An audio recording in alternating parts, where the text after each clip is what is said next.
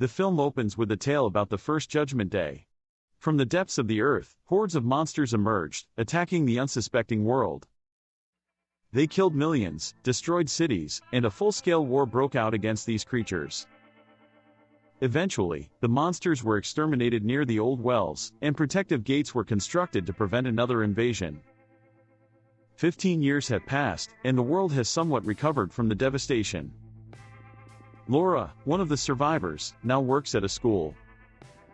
She has a persistent but unsuccessful suitor, whom she frequently turns down, likely due to lingering resentment towards her ex-husband, Dave. He wasn't there for her on Judgment Day, leaving her to survive on her own while pregnant.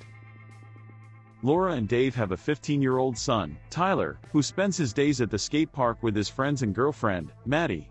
When he's not skating, he's playing video games, caught in the middle of his parents' strained relationship, which ended shortly after his birth. Meanwhile, tension is building as an eclipse approaches, a harbinger of a possible new monster invasion. Seismic activity is increasing, and protective dome personnel are conducting emergency checks. The news reports troubling signs, like mass fish die-offs, which also occurred before the first Judgment Day. It's all happening again. Tyler is spending the weekend at his dad's when Dave receives a call from his old friend Ted, who is convinced that the new Judgment Day will be tomorrow. Ted urges Dave to bring his family to his shelter before the eclipse. At the same time, the first monster quietly slips under the protective dome. Laura calls Dave, panicked after seeing the news, and demands he bring Tyler home. She insists that Milton has reserved a shelter, which she believes is their only chance of survival. Dave tries to reassure her, saying Tyler is safe with him.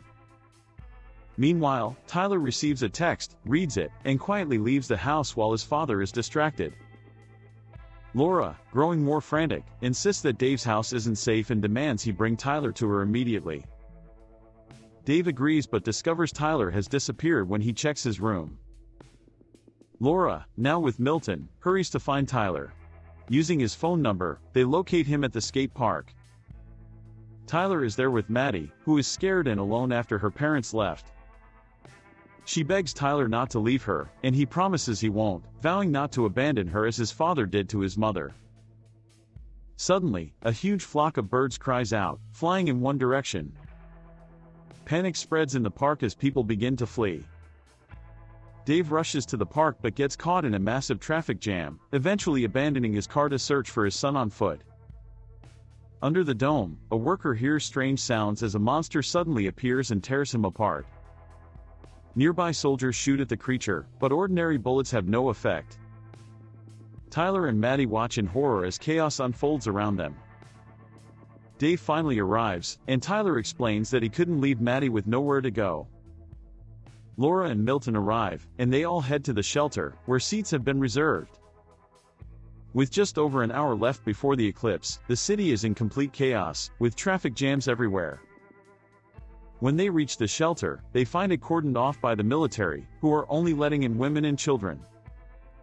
Dave asks Tyler to take care of his mother and sends them into the shelter, but Tyler soon runs back to his father, followed by Laura and Maddie.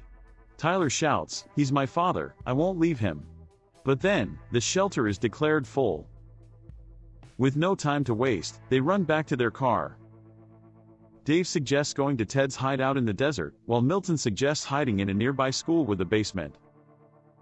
Another traffic jam forces them to abandon the car again as an earthquake begins and the eclipse starts. Under the dome, monsters swarm the city. Dave suggests leaving the city, believing it's too dangerous to stay. He wants to drive, but Milton insists on taking the wheel, saying it's his car and he knows how to save everyone. A fight breaks out, but it's cut short when a flying monster grabs Milton and carries him off into the sky. Laura screams, and Dave forces her into the car, desperately trying to escape. They drive along a canal as Dave reassures the children that they will make it out. But the car runs low on gas, and Dave looks for a replacement vehicle. They spot a few cars ahead and Dave finds an elderly man in one, with a huge, bloody monster resembling a skeletal bull nearby. The bull passes by the car without noticing them and starts devouring a body. Dave quietly rolls the car back to Laura and the kids. Now, they need to transfer to the new car. But the bull notices them. The elderly man gets out of the car and throws salt from a jar at the bull, momentarily stopping it. Laura and the kids manage to get into the car, but the bull tears the man apart before Dave can drive away. They head down an abandoned mountain road towards Ted's hideout, which turns out to be a concrete bunker. Despite the cameras on the roof, no one responds when they knock. Inside, Ted is monitoring the situation when a gun is pressed to his neck. Someone is standing behind him as monsters swarm towards the shelter. Dave grabs a tire iron to protect his family, but at the last moment, the bunker doors open, and they rush inside. Dave hugs Ted, relieved. Besides Ted, his wife Stella and a military man named Corporal Garrett Jensen are in the bunker. The monitor shows the monsters trying to break through the door, and everyone is tense. Maddie asks how the monsters can sense them through the walls.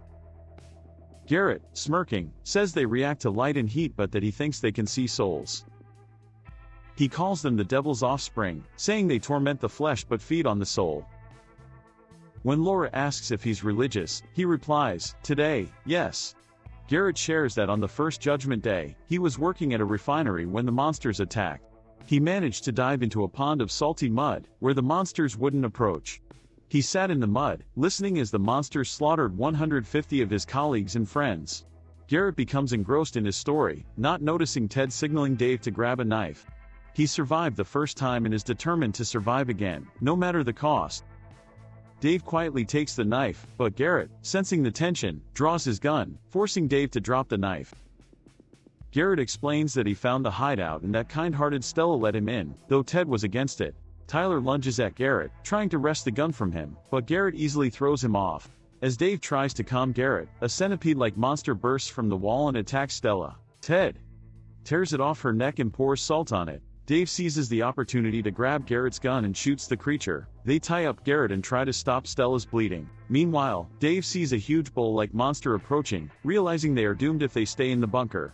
The bull begins ramming the doors, and Ted hesitates to leave, saying his wife won't survive outside. But Stella urges him to go with the others. There's an underground passage beneath the bunker that leads to the mountains. Garrett persuades them to take him along, claiming he has a car with a full tank that can get them to the gates, where the monsters first emerged. He insists he's only trying to survive, and it's in his best interest to help them now. Reluctantly, they agree, with Dave promising Garrett they'll forget everything if he gets them there. Armed with weapons from Ted's arsenal, they make a run for the tunnel as the bull relentlessly batters the doors. As they reach the car, Stella falls ill, sparking an argument between Dave and Laura. She berates him, saying they could have been safe in the shelter. Tyler then spots a dead monster by the roadside. As Maddie approaches it, long tentacles suddenly protrude from a hole in the ground, wrapping around her legs and trying to drag her away. They climb to the top of the mountain, where they see the city below, devastated and burning. When they get to the car, it won't start, and monsters appear on the mountaintop, charging straight towards them.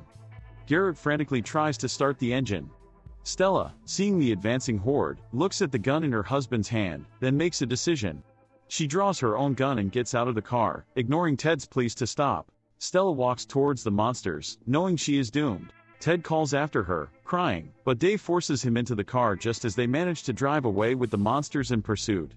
On the way, they pick up a radio signal reporting that most shelters have been overrun and destroyed. Laura places her hand on Dave's shoulder, and he gently strokes it. They arrive at the gates, which are open but deserted. Garrett says the hideout is in the basement, but they need to restore power first. While the others search for a first aid kit to treat Ted's wound, Dave and Garrett restore the electricity. Garrett reveals that the gates were prepared for a second invasion, with tons of salt pumped into them, but the well was too deep. As they head back to the others, they hear the roar of monsters and find a bloodied corpse. There are only 2 hours left until the eclipse ends. Garrett suggests hiding in a nearby chemical warehouse with impenetrable doors.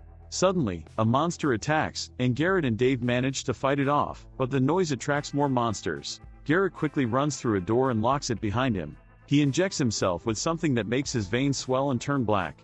Dave returns to his family, asking Tyler to protect his mother while he goes to level the playing field by funneling salt water through the tank pipes to repel the monsters. Laura kisses Dave and tells him to be careful.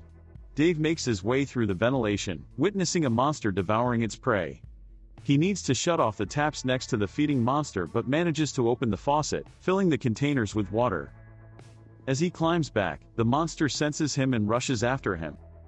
Dave fights back, sprinkling the creature with salt, causing it to crumble to dust. Tyler fires back, but then hears Dave's voice over the loudspeaker, instructing them to turn on the fire alarm. Meanwhile, the others are being hunted down and surrounded by monsters. As the monsters close in, Ted tells Tyler to protect the family and charges at the creatures with an axe. Several monsters attack Ted simultaneously. Tyler, running out of ammo, activates the fire alarm. Jets of saltwater spray from all sides, hitting the monsters and reducing them to bloody dust with agonized screams. They are saved, but Ted has died. The eclipse ends, and all the monsters retreat through the gates. Laura, the children, and Dave run to an open area, where Garrett stands with a gun. He shoots Tyler, saying, "This isn't our world anymore, he won't survive." He aims again, but Laura tries to shield Tyler with her body. Dave rushes in and strikes Garrett in the head with a fire extinguisher, then embraces Tyler and Laura. Suddenly, a massive monster emerges and lunges at Garrett, who is closest, swallowing him whole. The family runs into the medical unit, where they prepare a salty mixture in a cylinder. As the monster breaks down the doors, Dave hurls the canister at it, causing it to explode. The monster roars in agony and disintegrates into ash. Laura hugs Dave tightly. They can't believe they've survived. The couple embraces as they step outside. The world is ravaged, but the monsters are gone. It might be a temporary reprieve, but one thing is certain, life will be reborn, and light will always triumph over darkness.